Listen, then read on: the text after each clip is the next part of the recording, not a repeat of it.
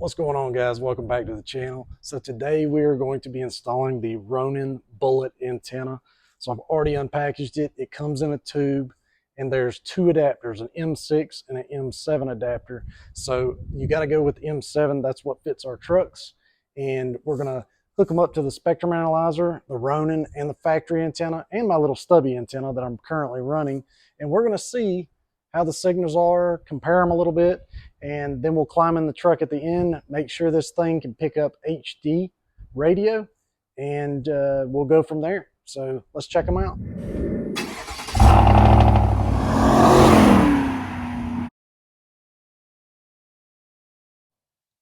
Let's go ahead and dive right into the test.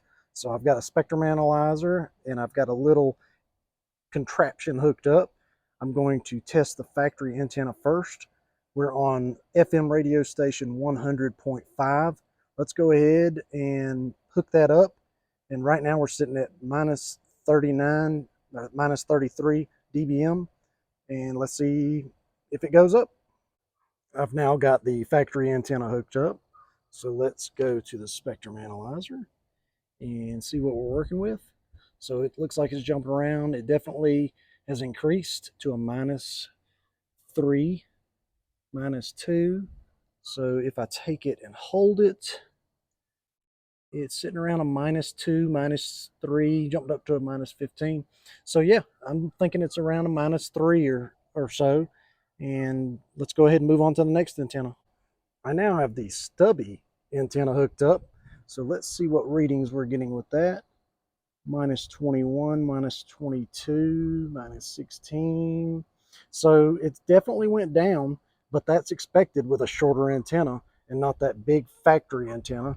So let's go ahead and move on to the Bullet and see what happens.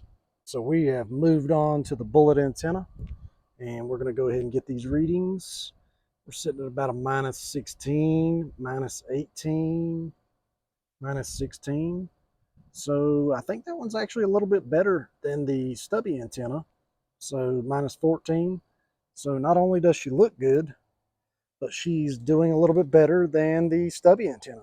So that's really awesome. And that concludes that test. Here's the truck with the regular antenna and looking all terrible. So now I'm going to show you what the antenna looks like that I'm currently running, which is the stubby, and then we'll switch to the Bullet. There is the stubby antenna installed, and I noticed that it's starting to kind of tear apart a little bit. So I'm kind of glad I got this Bullet. I'm ready to see what it looks like. So before we install this Ronin antenna, make sure you grab the M7, twist that on the truck first, and then take your Ronin and twist that in place.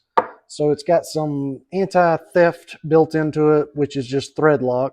So that's going to make it a lot harder for them to steal it off your truck. So let's go ahead and put that on. And the grand finale, Bullet. So there it is installed. That's what it looks like from all angles. Definitely looks really good. Definitely makes it a little bit meaner. So that is the Ronin 50 cal Bullet antenna. And I've got it turned that way so you can kind of see that it is a Ronin and looks really good. So very easy install. Twist off your old antenna, twist that one on, good to go. So there is the antenna from the inside of the truck, and she's pretty thick.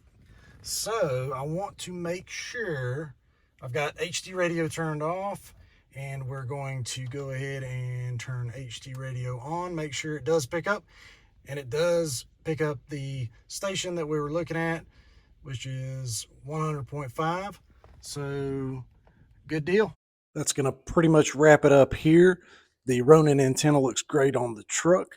It's definitely not going to pick up as good as the factory antenna as far as signal, but we are picking up what we need to. So, and who cares? It looks good on the truck. So if y'all enjoyed this video, make sure you hit the thumbs up.